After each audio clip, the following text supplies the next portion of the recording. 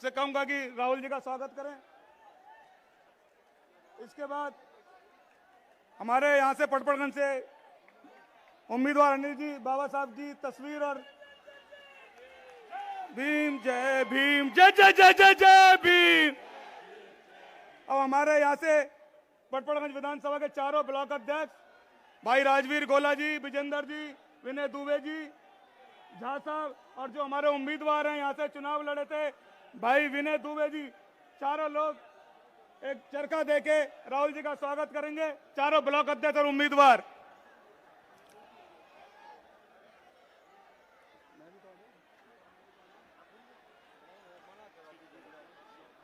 अब मैं देवेंद्र यादव जी से कहूंगा जो हमारे दिल्ली प्रदेश कांग्रेस कमेटी के अध्यक्ष हैं, आए और हम लोगों को संबोधित करें। भाई देवेंद्र यादव जी।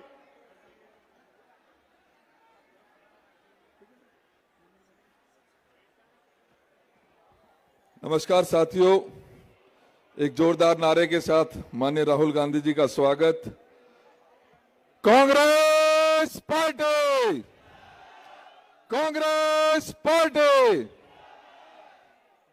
आज हमारे मंच पर उपस्थित लाखों करोड़ों युवाओं की आवाज, दलितों की आवाज, पिछड़ों की आवाज, माइनॉरिटी की आवाज के रूप में एक अलग पहचान बनाने वाले हम सबके नेता माननीय राहुल गांधी जी, आदरणीय काजी निजामुद्दीन साहब, हमारे इंचार्ज साहब, आपके सुख दुख के साथी,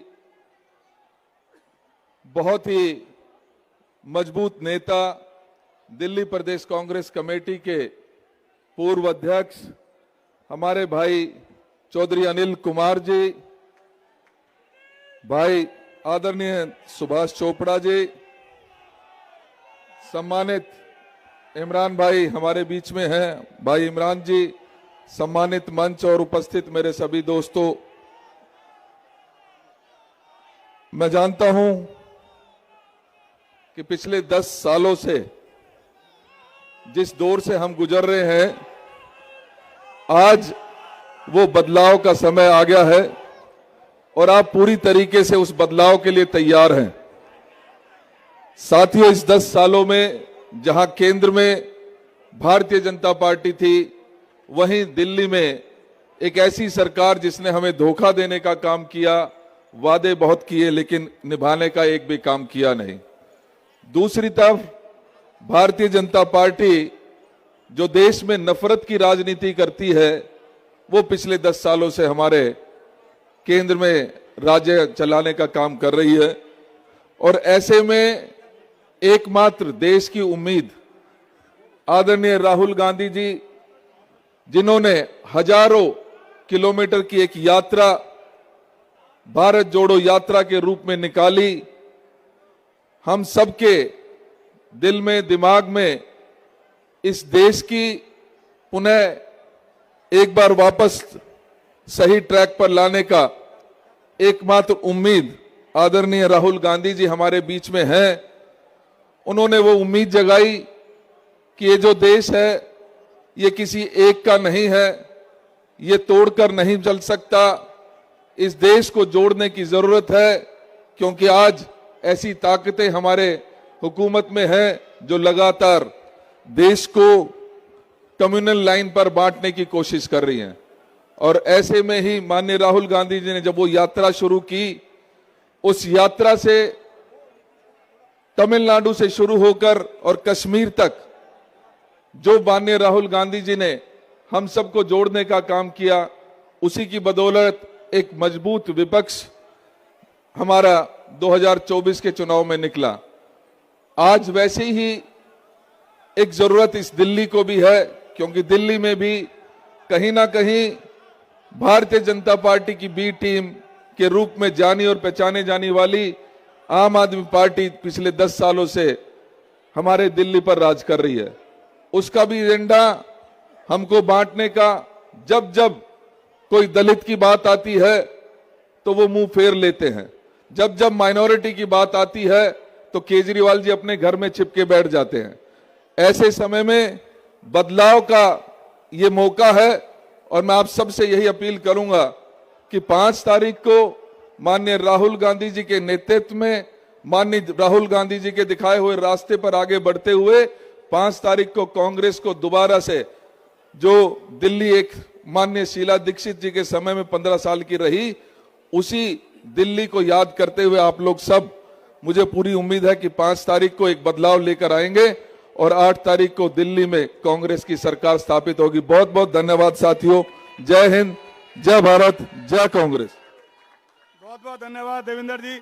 अब मैं आपके बीच में चौधरी अनिल कुमार जी, जो पड़पड़गंज से आपके उम्मीदवार हैं, दिल्ली प्रदेश के पूर्व अध्यक्ष रहे हैं, आप सबके चहते उम्मीदवार, अनिल जी से कहूंगा कि वो आए और हम सबको संबोधित करें। भाई अनिल कुमार जी।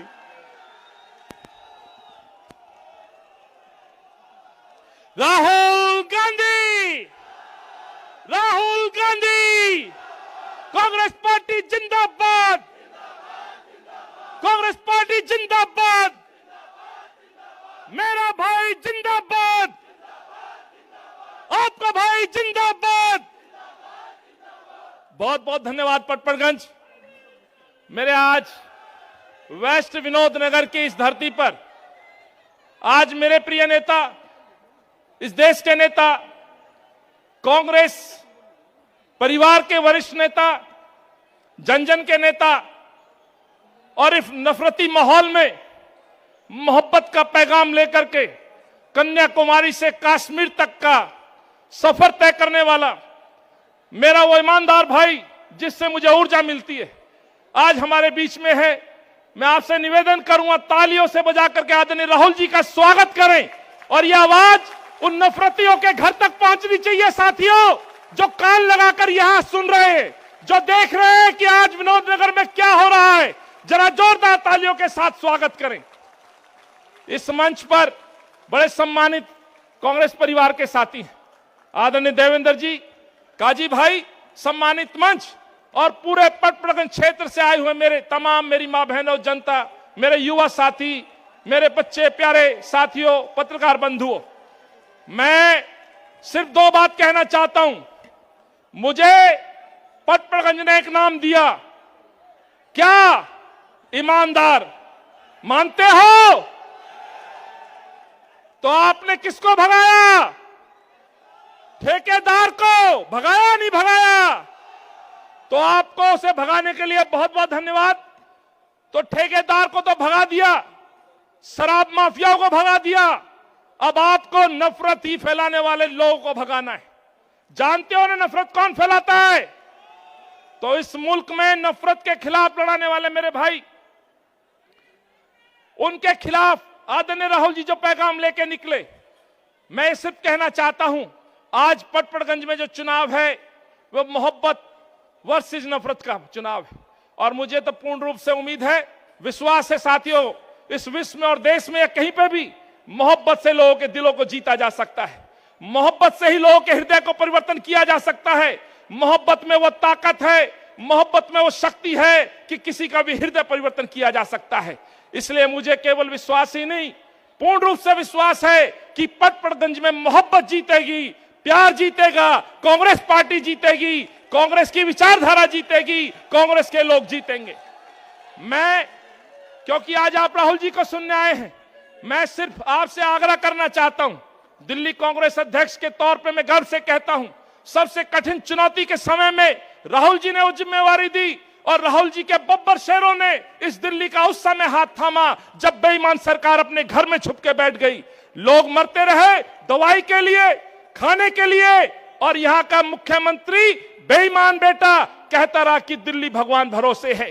कोविड काल से लेकर दिल्ली के दंगे, इस नफरत के बाजार में, उस समय भी उसका बयान कि दिल्ली भगवान भरोसे है। लेकिन यही मेरे प्यारे नेता, हम सबके भाई, अपने 40 सांसदों के साथ दिल्ली के नॉर्थ ईस्ट दंगों में जाकर के, प्रभावित दंगों के क्षेत्र में जाकर के मोहब्बत का पैगाम लेकर के जाते हैं। हिंदू के घर जाते हैं, मुसलमान के घर जाते हैं। इसलिए मैं आपसे कहना चाहता हूं, मैं तो हर जगह बात कर रहा हूं, आपसे हाथ जोड़ के विनती भी कर रहा हूं, आपका हाथ थाम के गली गली जा रहा हूं।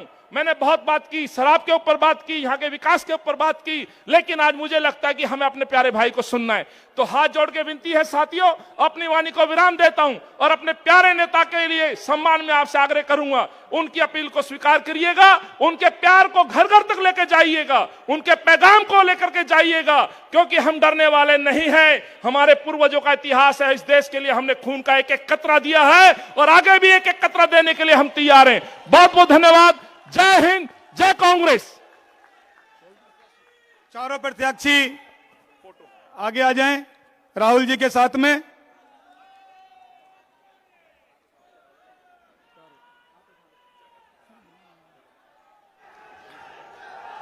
काजी निजामुद्दीन जी, देवेंद्र यादव जी, सुभाष चोपड़ा जी, राजेंद्र पाल गौतम जी, इमरान मसूद जी, हमारे कैंडिडेट्स अनिल चौधरी जी, अक्षय कुमार जी, अमरदीप जी, सुमित शर्मा जी और जगत सिंह जी, आगे आ जाइए आप, जो कैंडिडेट्स हैं।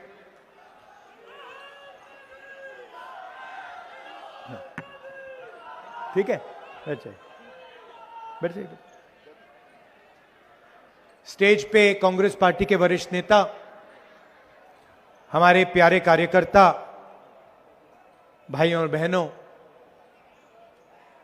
प्रेस के हमारे मित्रों, आप सबका यहां बहुत बहुत स्वागत, नमस्कार। कैसे हैं आप? ये मैं कह तो देता हूं प्रेस के मित्रों, मगर ये हैं नहीं हमारे मित्र।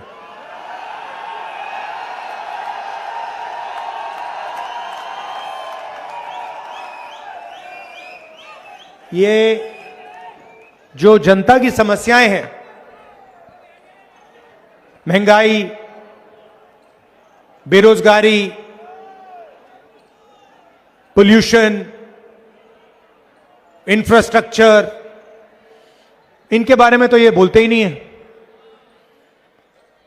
अंबानी जी की शादी दिखाते हैं, उसमें मोदी जी भी जाते हैं, ये भी जाके डांस करते हैं। 8-10 करोड़ रुपए की घड़ी होती है। देश में युवाओं को रोजगार नहीं है। दिल्ली में सांस नहीं ली जाती।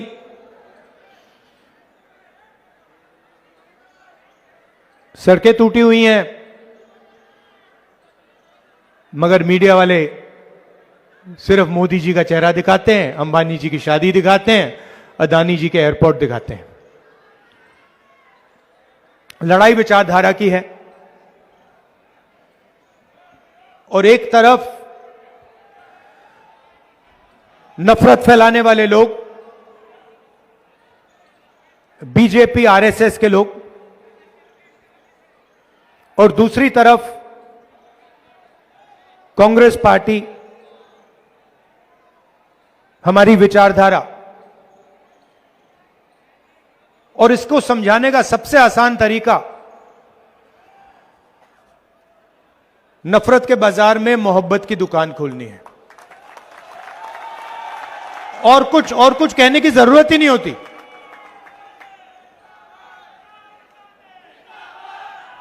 हम नफरत का हिंदुस्तान नहीं चाहते हैं। हम डर का, हिंसा का, नफरत का हिंदुस्तान नहीं चाहते हैं। हमें मोहब्बत की दुकान चाहिए। और दूसरी तरफ आरएसएस, बीजेपी, जो भाई को भाई से लड़ाते हैं, एक धर्म को दूसरे धर्म से, एक जात को दूसरी जात से, और बीच में केजरीवाल जी जो भी मन में आता है कह देते हैं। पहले आए थे,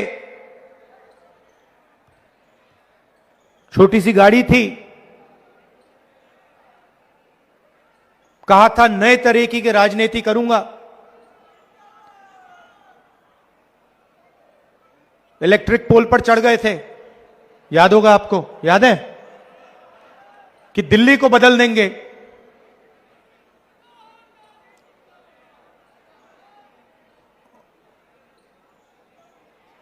और जब गरीबों को जरूरत पड़ी तो कहीं नहीं दिखे वो। जब दिल्ली में हिंसा हुई कहीं नहीं दिखे वो।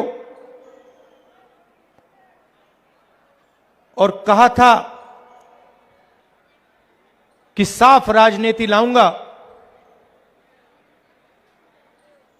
और सबसे बड़ा लिकर का स्कैम दिल्ली में हुआ है और उनके घर की आपने फोटो देख ली। नरेंद्र मोदी जी ने मुझे घर से बाहर निकाल दिया, फेंक दिया उठा के। मैंने चाबी दी, मैंने उनसे कहा भैया लो अपना घर, मुझे नहीं चाहिए, भागो यहां से। और केजरीवाल जी महल में रहते हैं, शीश महल में रहते हैं।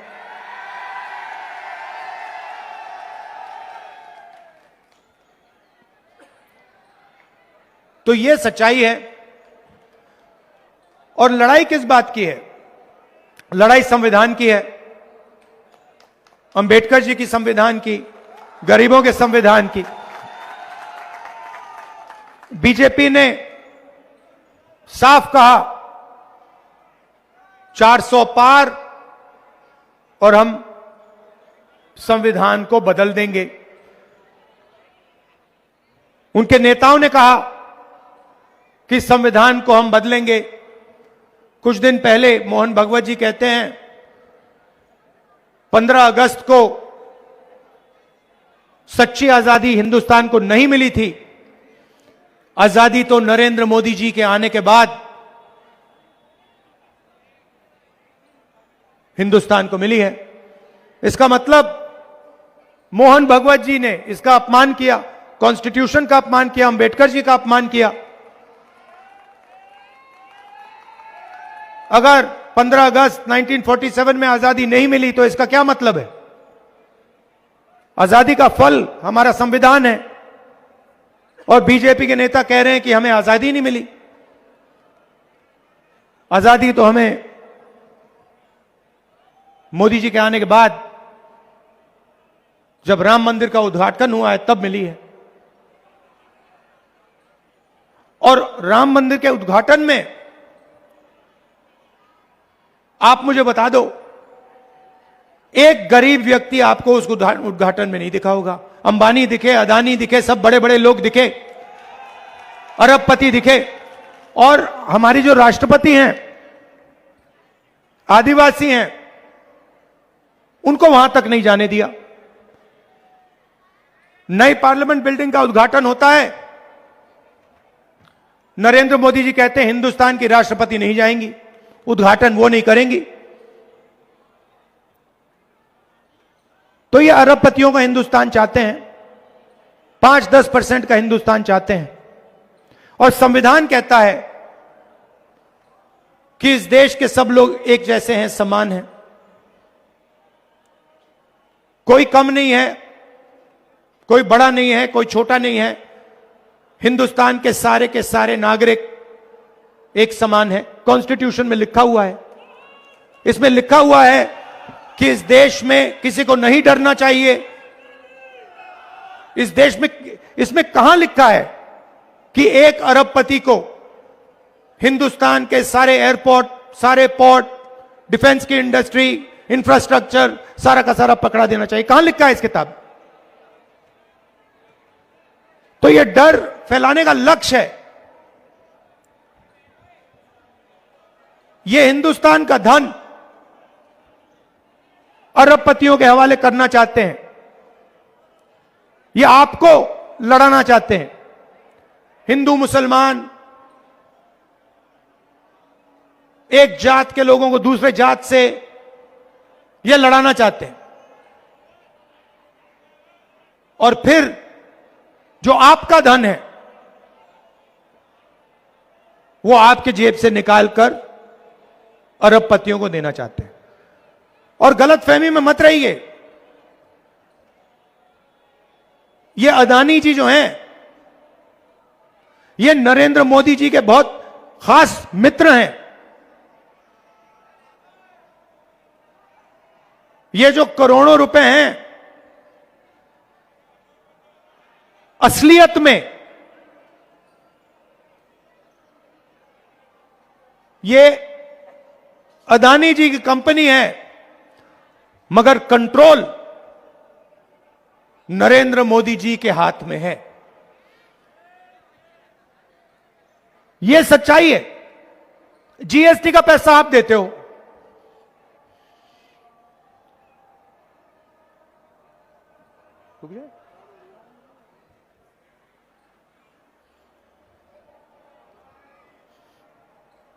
आजान हो रही है ना?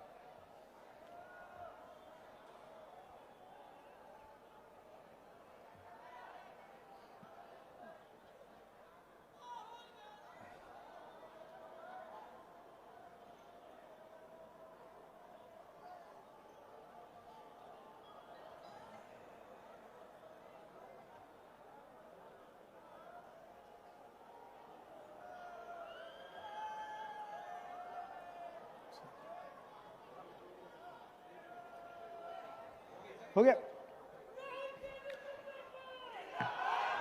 तो जीएसटी का पैसा,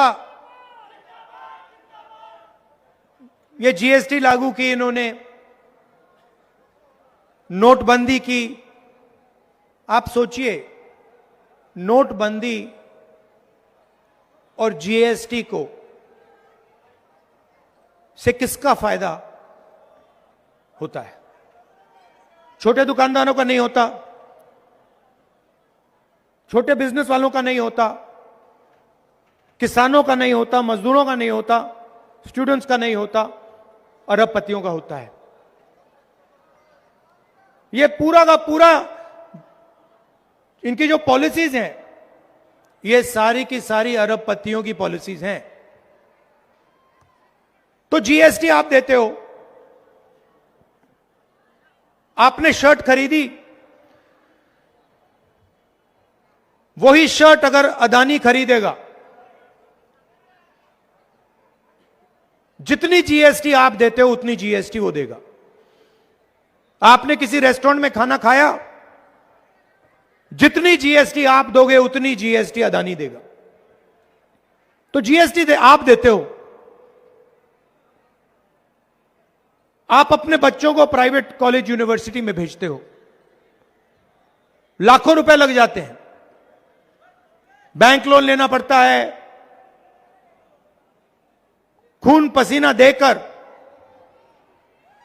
आप प्राइवेट यूनिवर्सिटी में, कॉलेजेस में अपने बच्चों को भेजते हो। बीमार होते हो, फिर से प्राइवेट अस्पताल में। आपने अपने आप से कभी पूछा है कि ये जो प्राइवेटाइजेशन हो रहा है, ये जो हमारे जेब से लाखों रुपए लिए जाते हैं शिक्षा के लिए, स्वास्थ्य के लिए, बिजली के लिए, पानी के लिए, ये किसके हाथों में जाते हैं? ये आपके हाथों में नहीं जाते।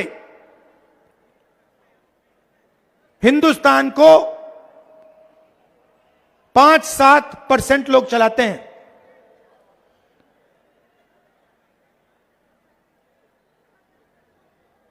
हिंदुस्तान में 50% पिछड़ा वर्ग है, 15% दलित है, 8% आदिवासी है और 15% माइनॉरिटी है। सबको जोड़ दो तो 90% आबादी है।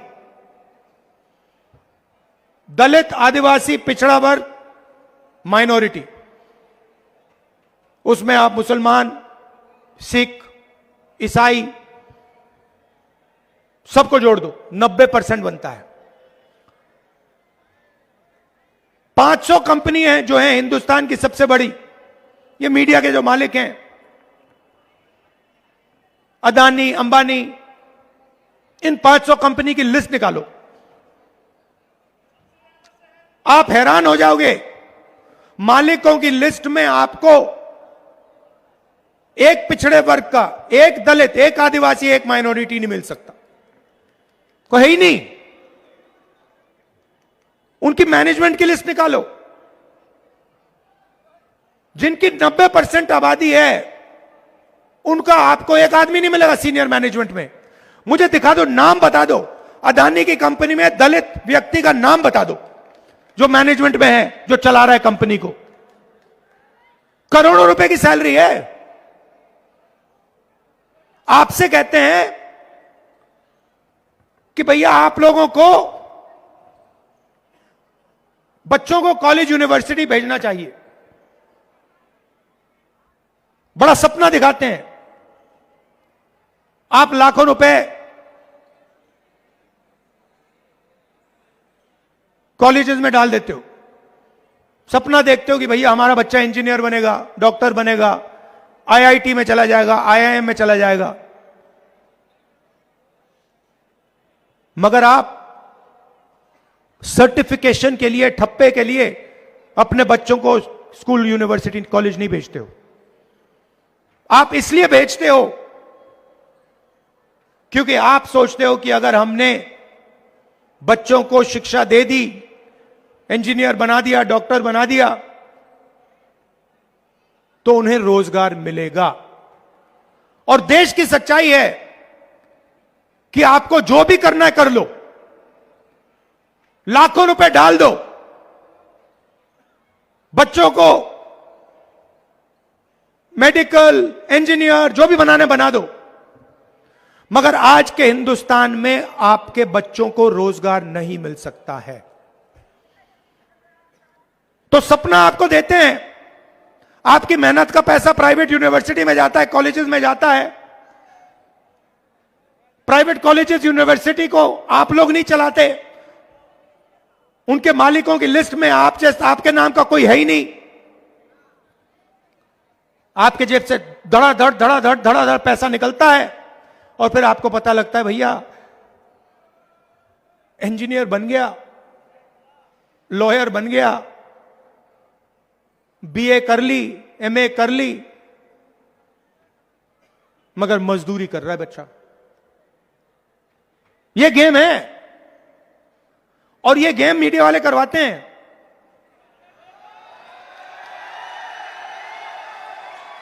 एक तरफ मोदी जी का चेहरा दिखाएंगे, देखो ध्यान भड़काने का काम है, ध्यान भड़काने का काम है।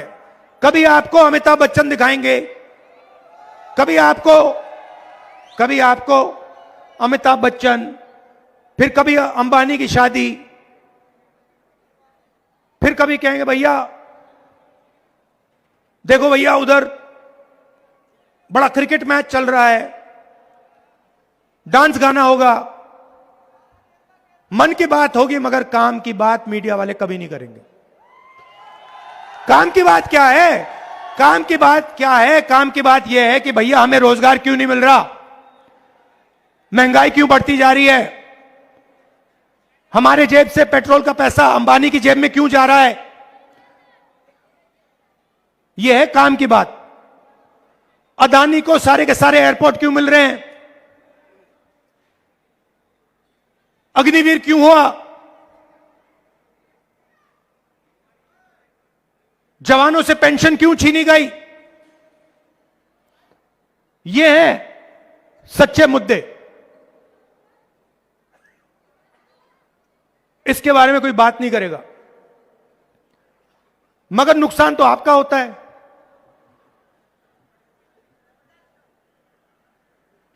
दुख तो आपको होता है, मेहनत आप करते हो, और होता क्या जा रहा है?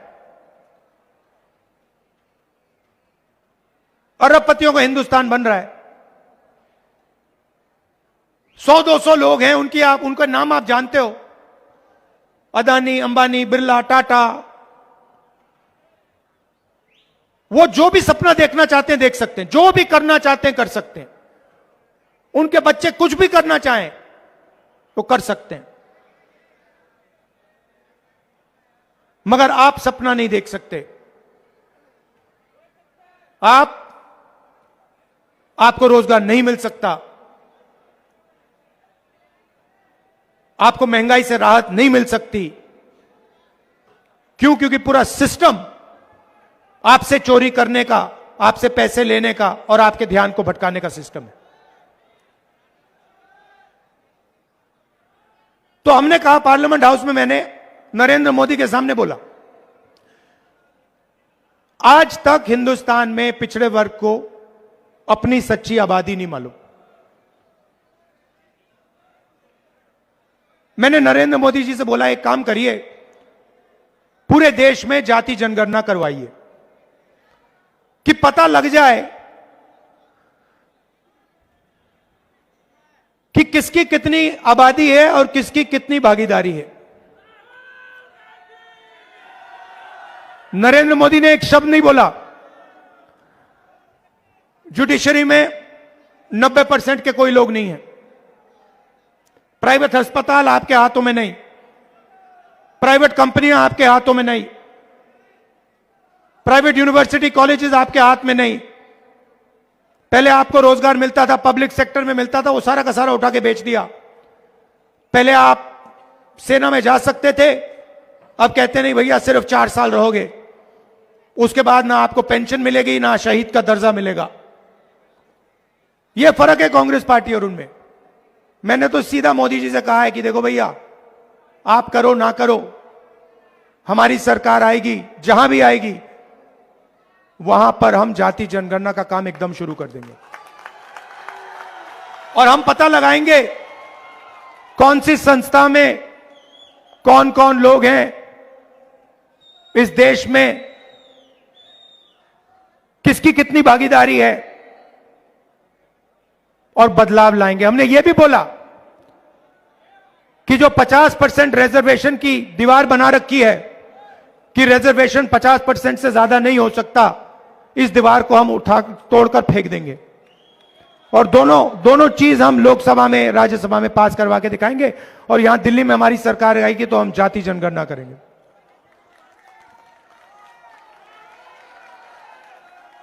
यहां पे आपके अनिल चौधरी जी हैं, इनका आप पूरा समर्थन दीजिए, पूरा समर्थन कीजिए।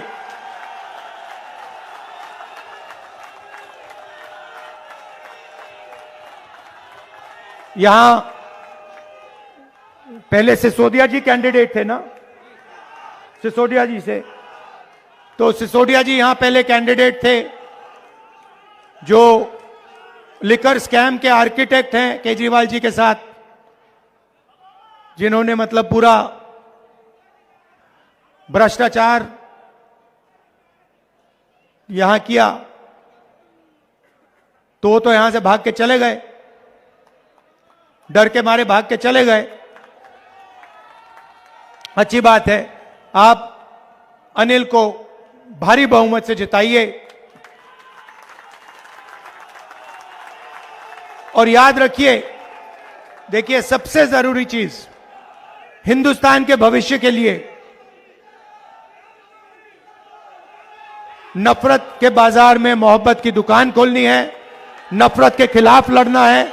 मोहब्बत का हिंदुस्तान चाहिए हमें नफरत का हिंदुस्तान नहीं चाहिए, हम नहीं होने देंगे। और इस देश में किसी को नहीं डरना चाहिए, किसी को भी नहीं डरना चाहिए। ये हम सबका देश है, ये मोहब्बत का देश है, ये भाईचारे का देश है, ये एकता का देश है और इसके लिए और संविधान के लिए हम लड़ते रहेंगे और हमारी जीत होगी। आप सबका बहुत बहुत धन्यवाद, दिल से धन्यवाद। नमस्कार, जय हिंद।